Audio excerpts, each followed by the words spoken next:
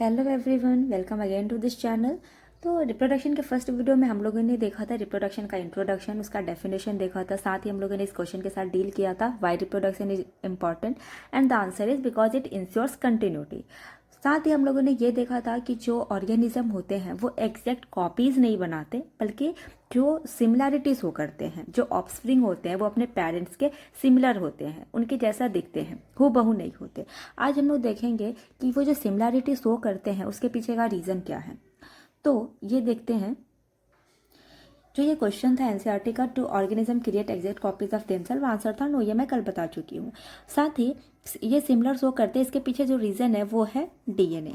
DNA एक ऐसा biomolecule है जो हमें हमारे पेरेंट्स से मिलती है, उनकी दी हुई एक ऐसी अमानत जो जिसके पास इंफॉर्मेशन होती है कि जो हमारे बॉडी का डेवलपमेंट हो रहा है उसका स्ट्रक्चर कैसा होगा, जो हमारी आँख है, जो हमारी नाक का शेप है, हमारे बाल है, वो कैसे दिखेंगे, ये सारी इन्फॉर्मेशन किसके पास होता है? डीएनए के पास होता है।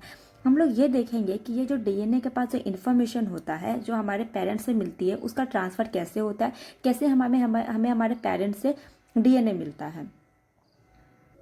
तो टॉपिक का नाम डाल लेंगे डीएनए। सबसे पहले डीएनए का हम लोग फुल फॉर्म देख लेते हैं। तो डीएनए का फुल फॉर्म होता है deoxy ribo nucleic acid. DNA का फुल फॉर्म क्या होता है? Deoxy ribo nucleic acid.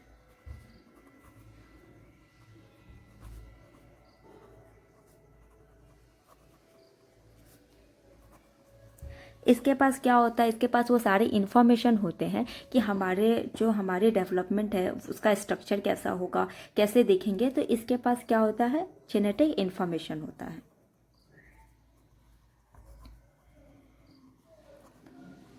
और ये क्या होता है? हमें हमारे पेरेंट्स से मिलते हैं, यानी यही ट्रांसफ़र होता है फ्रॉम पेरेंट्स टू ऑफस्प्रिंग, या फिर कह सकते हैं from one generation to the next generation. अगर हम लोग इसके डेफिनेशन की बात करें तो इसका डेफिनेशन हम लोग लिख सकते हैं, DNA is the biomolecule that carries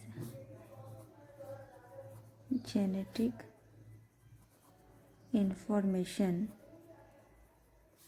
for development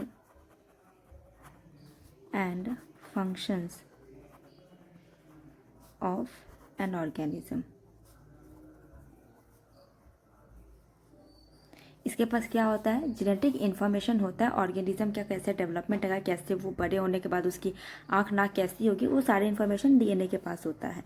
दूसरी बात डीएनए के बारे में लिख सकते हैं, इट इज़ पास्ड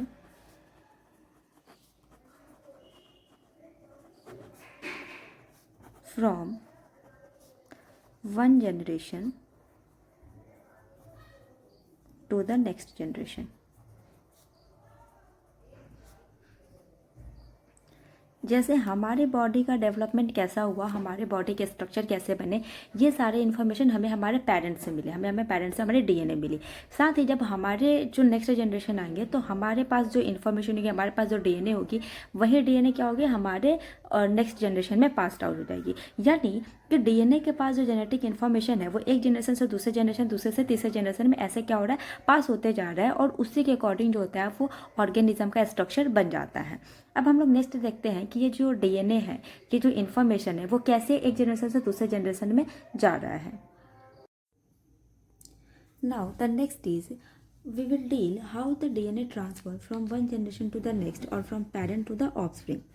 एग्जाम्पल के लिए लेकर चलते हैं हम लोग ह्यूमन बींग्स का, इसको समझना ज़्यादा आसान होगा। ह्यूमन बींग का एग्जाम्पल लेकर चलते हैं हम लोग। तो सी, जो रिप्रोडक्शन होता है ना, उसमें कुछ स्पेशल टाइप के सेल इन्वॉल्व होते हैं रिप्रोडक्शन में। इन रिप्रोडक्शन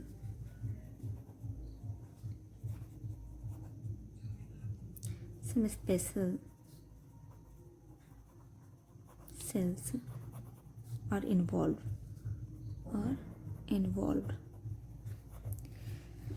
जैसे मेल जो पेरेंट होते हैं, एक मेल पेरेंट होंगे and the other is female parent.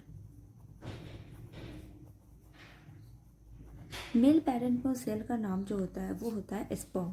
Male parent में क्या नाम होता है? Sperm. And in female parent it is ovum. Now male parent में जो स्पर्म होंगे उसका स्ट्रक्चर कुछ ऐसा होता है। आगे मैं डील करूँगी इसके स्ट्रक्चर के बारे में भी। इसकी खुद अपनी न्यूक्लियस होगी और इसके पास भी अपना कुछ ऐसे जेनेटिक इन्फॉर्मेशन होगा जो मैं आपको बता चुकी हूँ, जिसको डीएनए कहेंगे हम लोग। सेम ऐसे ही ओवम जो सेल है इसके पास भी न्यूक्लियस होगा और इसके पास भी अपना जेनेटिक मटेरियल होगा। ठीक है। नाउ क्या होता है रिप्रोडक्शन में, ये दोनों सेल आपस में मिलते हैं, फ्यूज़ करते हैं और एक नया सेल बनाते हैं जिसका नाम होता है जाइगोट। इस सेल को क्या कहते हैं? जाइगोट। नाउ अब जब ये दोनों क्रॉस करते हैं, क्रॉस करने का एक टर्म यूज़ करते हैं फर्टिलाइजेशन, और एक सेल बनाते हैं जाइगोट। तो इसके पास भी अपनी न्यूक्लियस होगी और इस न्यूक्लियस में क्या होता है, हमें एक मेल पेरेंट से भी इंफॉर्मेशन आ रही है एंड फीमेल पेरेंट से भी इंफॉर्मेशन आ रही है, राइट। नाउ अगर आप देखें तो जो जाइगोट बना इसमें दोनों इन्फॉर्मेशन है, मेल पेरेंट की भी इन्फॉर्मेशन और फीमेल पेरेंट की भी इन्फॉर्मेशन है। तो जब ये ऑर्गेनिज्म आगे ग्रो करेगा, ये जाइगोट में जब डिवीज़न होगा, बहुत सारे मल्टीपल डिवीज़न होने के बाद एक कंप्लीट ऑर्गेनिज्म बना लेता है। तो आप देखो जो ये कंप्लीट ऑर्गेनिज्म जो बनेगा तो ये सेम वैसा ही बनेगा जैसा इसको इन्फॉर्मेशन मिला, और इन्फॉर्मेशन मिला कहाँ से है हमें? स्पर्म एंड ओवम से, जो कहाँ के पार्ट है? मेल पेरेंट और फीमेल पेरेंट के पार्ट है, यानी हमें हमारे पेरेंट से इन्फॉर्मेशन मिल रही है। Therefore this is the reason, अगर मैं बात करूँ हियर इन जाइगोट, अगर मैं इसका कंक्लूजन लिखूँ, here in zygote DNA comes from both the parent,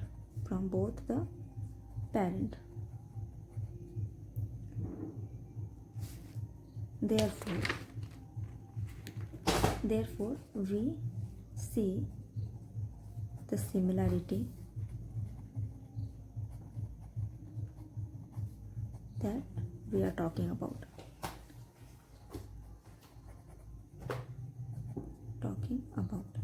मतलब हाफ हमारे पास डीएनए कहाँ से मिले? हमारे मेल पेरेंट से मिले and half the DNA comes from the female parent. हमारे पेरेंट्स से जब इन्फॉर्मेशन मिल रही है therefore we are similar to our parent. Now अब हम लोग ये बात करेंगे कि ये तो हम लोग बात की सिमिलैरिटी के बारे में। आपका नेक्स्ट क्वेश्चन होगा, ma'am what about the variation that we see, मतलब जो हम वेरिएशन देखते हैं अपने पेरेंट से, हम आप एग्जैक्ट अपने पेरेंट जैसे नहीं दिखते, तो उस वेरिएशन के पीछे का रीज़न क्या है जो हमें इस वेरिएशन देखने को मिल रहा है? तो इसको डील करने से पहले आपको कुछ की कॉन्सेप्ट के बारे में जानना होगा, जैसे कि डीएनए वर्सेस क्रोमोसोम। कब हम कहेंगे डीएनए, कब कहेंगे क्रोमोसोम, इसमें डिफरेंस क्या है? दूसरा एक ब्रीफ आइडिया लेंगे हमें सेल डिवीजन के बारे में। अगर आप सेल डिवीजन पढ़ना स्टार्ट करें तो एक हफ्ते लग जाएगा, लेकिन हम लोग सेल डिवीजन को एक ब्रीफ में लेंगे। उसमें भी सेल डिवीजन के में हम लोग एक कॉन्सेप्ट के ऊपर फोकस करेंगे जिसको बोलते हैं क्रॉसिंग ओवर। अगर आप देखो तो वेरिएशन का जो मेन कॉज है वो क्रॉसिंग ओवर ही है। तो क्रॉसिंग ओवर वाले टॉपिक पे हम लोग ज़्यादा फोकस्ड करके हम लोग इन दोनों टॉपिक को भी डील करेंगे।